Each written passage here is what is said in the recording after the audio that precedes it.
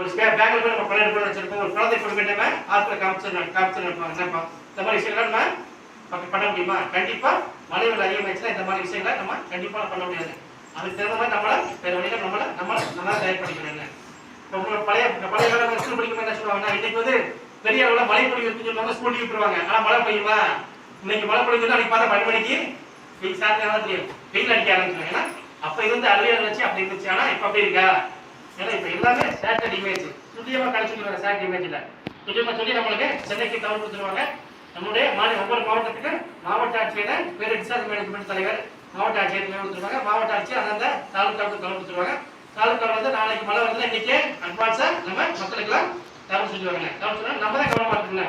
முதல்ல என்ன பண்ணணும்னா தாலுக்கா சேர்ந்து பண்ணுவாங்க, ஒரு மேடம் மழை வெள்ளம் வேலை முதல்ல ஒரு மேலான எக்ஸசைஸ் பண்ணி மக்கள் வசிப்பதற்கான ஒரு மேடம் பண்ணி ஒரு கல்யாணம் பண்றோமோ அல்லது ஒரு சமுதாயத்தை வந்து ரெடி பண்ணிடுவாங்க. நம்ம செய்யக்கூடிய முதல் வேலை தகவல் வச்சு நம்மளுடைய கால்நடைகளை முதல்ல ஒரு மேலான பகுதியில் பண்ணி கட்டி வச்சுடுங்க. சரி, கால ஆடு பண்ண தானே எப்படி பண்ண நினைக்கலாமா? கண்டிப்பா நினைக்கக்கூடாது. இந்த தீயணைப்புடைய முக்கியமான வேலையே ஒரு உயிரை வந்து ஒரு கிணத்துல விழுந்துட்டாங்கன்னா நாங்க மனித உயிரா மற்ற உயிரை பார்க்கல. எங்களை மனிதர்களுக்கு எந்த அளவுக்கு ஒரு முக்கியமான என்ன ஒரு ப்ரிஃபரன்ஸ் கொடுக்குறோமோ அதே ப்ரிஃபரன்ஸ் இந்த உலகத்தில் இருக்கிற அனைத்து உயிர்களுக்கும் கண்டிப்பா அவங்களுக்கு நான் உயிரை பிரச்சனை பண்ணிட்டு இருக்கோம். ஒரு மனித மட்டும் விழுந்தாங்க, ஒரு விளக்கு வச்சுனா நமக்கு நினைக்க கிடையாது. ஒரு வீட்டுக்கு ஒரு பாம்பு வச்சுன்னா உடனே போய் இந்த பாம்பை ரெஸ்கியூ பண்றாங்க. ஏன்னா அந்த பாம்புனால பாதிப்பு மனிதர்களுக்கு கண்டிப்பா ஏற்படக்கூடாதுங்க. அதுக்காக பண்றோம். அந்த பாம்பு இருந்திருக்காது, முக்கியமா இருக்குல்ல, அந்த மனிதனை மட்டும் காப்பாற்ற மட்டும் பார்த்தா அந்த பாம்பையும் பத்திரமா அந்த பாம்பை சேஃப்டியா அந்த பாம்பை பிடிச்சுக்கிட்டே ஒரு காட்டுக்கு என்ன. அதனால நாங்க இந்த விஷயத்துல ரொம்ப கவனமா இருக்கோம். ஆனா நீங்க செய்யக்கூடிய வேலை இந்த மாதிரி கிடையாது. என்ன பண்ணுவோம்னா நீங்க ஒரு தாய் தந்தைகிட்ட சொல்லணும், அப்பா மழை காலம் தொடங்க போகுது, அம்மா மழை காலம் தொடங்க போகுது, நம்மளுக்கு சேவையான உணவுனா ஒருத்தருடைய வசதி அதிகமா இருக்கலாம், ஒருத்தருடைய வசதி வாய்ப்பு கம்மியா, நம்மளால பிடிச்ச ஒரு 5 நாள் ஒரு 10 நாளைக்கு தேவையான உணவு பொருளை கண்டிப்பா நம்ம சேமிச்சு வச்சிருக்கோங்க. ஏன்னா இந்த விஷயம் நம்மளுக்கு இந்த மாதிரி பருவமழை காலம் நம்மளுக்கு முன்னாடியே இருந்தது தமிழர்கள் உலக அளவுல நம்முடைய தமிழர்கள் முன்னாடி வந்திருக்காங்க. அதுவும் குறிப்பா பண்ண செட்டிநாடு நகரத்தாரு.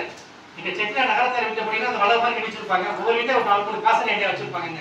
அந்த மழை பொழிந்த தண்ணியை ஃபுல்லா அவங்க சேமிச்சு வச்சிருப்பாங்க. தண்ணி குடிக்கிறாங்க, மழைக்கால தண்ணி எடுப்பாங்க. அதே மாதிரி ஒவ்வொரு வீட்டுல குருதாணி சேல் பண்ணிக்கலாம். பெரிய பெரிய சீரக்கிழமை குருதாணி மாதிரி இருக்கும்.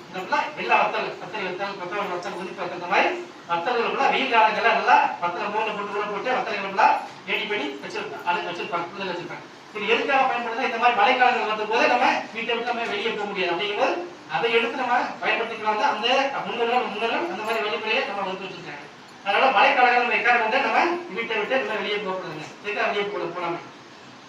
ஏன்னா நம்ம வெளியே போகலாம், ஒரு வெள்ளம் போயிட்டு இருக்கு, தண்ணி போயிட்டு போகலாமா அவசரப்பட்டு எக்காரணம் கொண்டு போகக்கூடாது. என்ன மெயின் விஷயம்னா மீன் கம்பிகள் இருக்காங்க. சென்னையில ஒரு இருபது நீஸ் கட்டிகள் இருக்குன்னு சென்னையில மழை பெஞ்சதுல மீன் வயல் அழுத்தம் வந்து ஒரு 3 பேர் கண்டிஷனா இறந்து போயிட்டாங்க. ஏன்னா இந்த மாதிரி விஷயங்கள்ல இயற்கையில் நடக்கிற சீற்றங்களை நம்மளா காப்பாற்றிக்க முடியாது. நம்மள அரசு மற்றவங்களை காப்பாற்றணும் நம்ம பெரியவங்களை எதிர்பார்க்கறது. நம்ம கவனமா இருக்கணும். நம்ம கவனமா இருந்தா கண்டிப்பா நம்ம காப்பாற்ற முடியும். இந்த மாதிரி மின் வயல் கலந்துருக்கும் போது தண்ணிக்குள்ள கண்டு பசங்க இங்க போய் காலச்சுன்னா என்ன ஆகும்?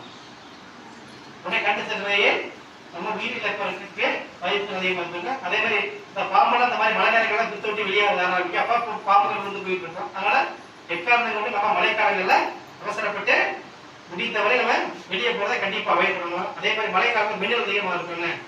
மின்னல் அதிகமாக பாதிப்புகள் ஏற்படும், மின்னோட்டத்தான பாதிப்புகள் ஏற்படுத்த வாய்ப்புகள் இருக்கும். அதனால மழை நேரம் வந்து முடிந்தவரை நம்ம உயரமான மரங்கள்லையோ அந்த மாதிரி உயரமான மரங்களோ உயரமான கட்டிடங்களை நிற்கிறத கண்டிப்பா நம்ம மழைக்காலங்களில் முடிந்தவரை அவாய்ட் பண்ணிடணுங்க. நம்ம காத்துக்கணும்ல. ஒரு விஷயத்தோட தீவிர நம்ம வெயிட் பண்ணக்கூடாது. ஒரு விஷயம் நடக்குதுன்னா நம்மளால பிடிச்ச விஷயங்களை உடனே செய்யணுங்க. இப்போ நம்மளால பண்ண விஷயம் இப்போ தண்ணி போயிட்டு இருக்கு, ஒரு பையன் தண்ணி பிரச்சனை இல்லை. நம்ம வீட்டில் ஒரு குடம் பார்த்தீங்களா, குடத்தை ஒரு பிளாஸ்டிக் பையை போட்டு கட்டி நல்லா டெய்லி கண்டிப்பாக தண்ணி ஊற்றி கூட நாங்கள் அந்த குடம் மிதக்கும். அந்த மாதிரி மிதக்கிற குடம் நம்ம ஒரு உயிரை காப்பாற்றுறதுக்கு நம்ம வழியா இருக்கும். இந்த மாதிரி குடங்கள் இருக்கு. சும்மா சாதாரண பேண்டா பாட்டு சொல்றோம்ல, அந்த